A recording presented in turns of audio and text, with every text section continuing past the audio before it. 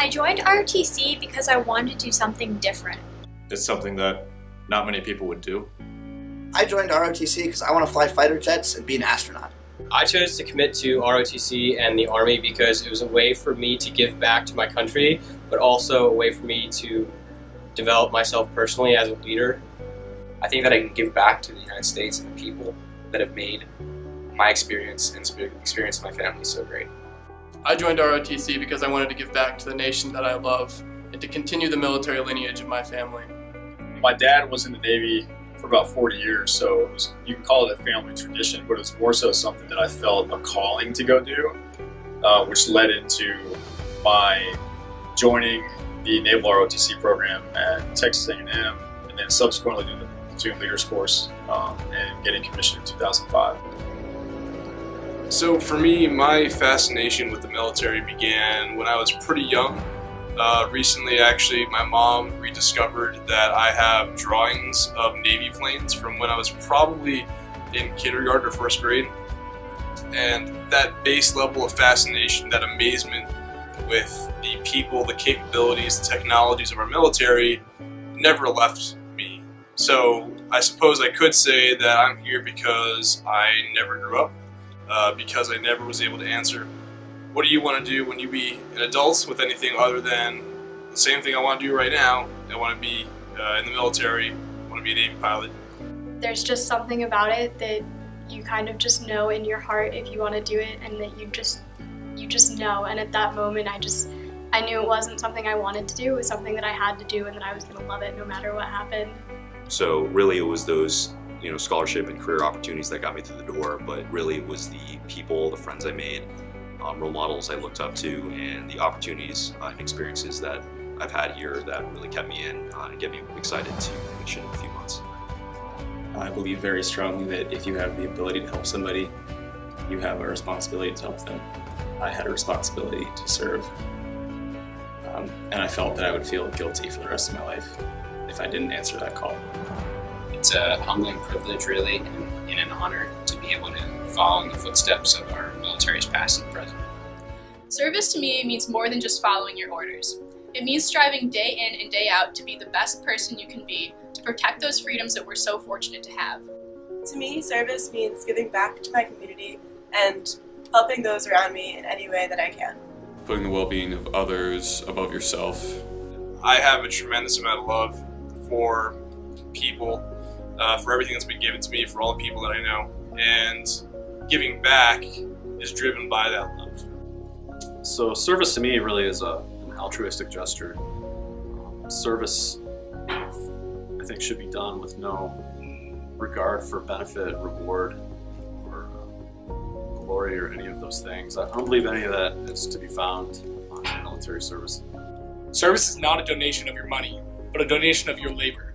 It's getting your hands dirty and facilitating the improvement of the lives around you. Hi, I'm Brigadier General Ben Watson, Cornell class of 1991, ROTC Marine option. To me, service goes beyond just putting others first. An important aspect of what it means to serve is honoring those brave men and women who have gone before us in the defense of our nation, many of whom made the ultimate sacrifice, far from home and on foreign shores, in places just like this. These brave veterans are responsible for the peerless reputation that our military enjoys today. And as service members, it's our sacred responsibility to honor their service and sacrifice by dedicating ourselves every day to preserving that reputation and building upon their legacy. The willingness to answer our nation's call in times of peace and war without complaint, but with sheer commitment and dedication, is what it means to serve. And each one of us is accountable for reinforcing the foundation of freedoms that we as a nation so cherish. So enjoy the ball. From Helmand Province, Afghanistan, know that I'm proud of you for making the commitment to serve. Semper Fidelis.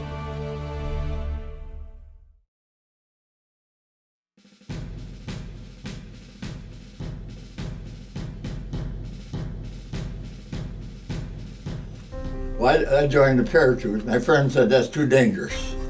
So he joined the Air Corps. So he got killed in a plane crash in 43. So I says, what's dangerous? Life is dangerous, or when you go in the war, it's dangerous, you know.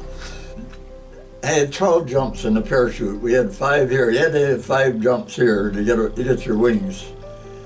To get that Eisenhower jacket there, I got all the wings on and on ribbons and all that stuff. The one into combat was my 13th jump, and I got home. People were saying, "You're gonna jump when you get home?" And I said, "No, 13.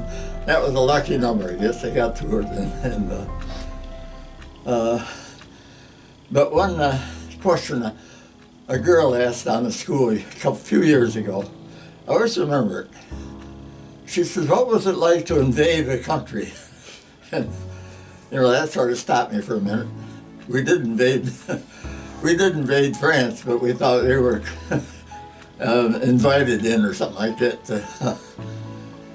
Yeah, they had the donut truck there on the night before we jumped, and it was still light. We got in the airplanes and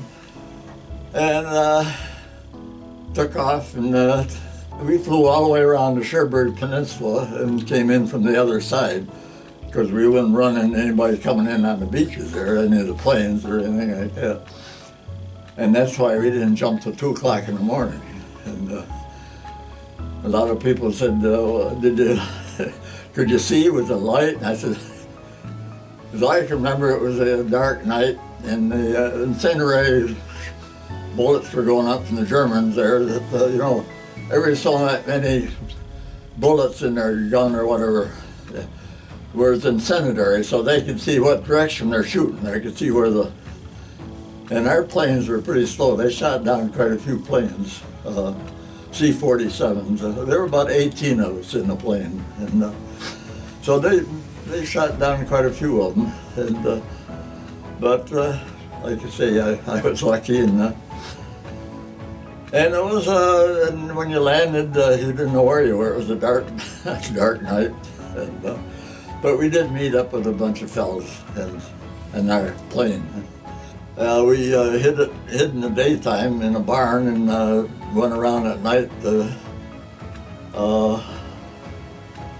We run into Germans and have a little fight here, and then move on. And so we were in a barn there, and somebody shot at a German going down the road, and that was the beginning of the end. And they had the place surrounded, and they had 88s on a truck there, and they were blowing up the farmhouse and the barn. And we had a lieutenant there that one of our lieutenants was head of us.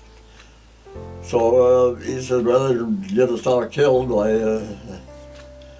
that was my life started as a POW. They put me in a coal mine to work. That was,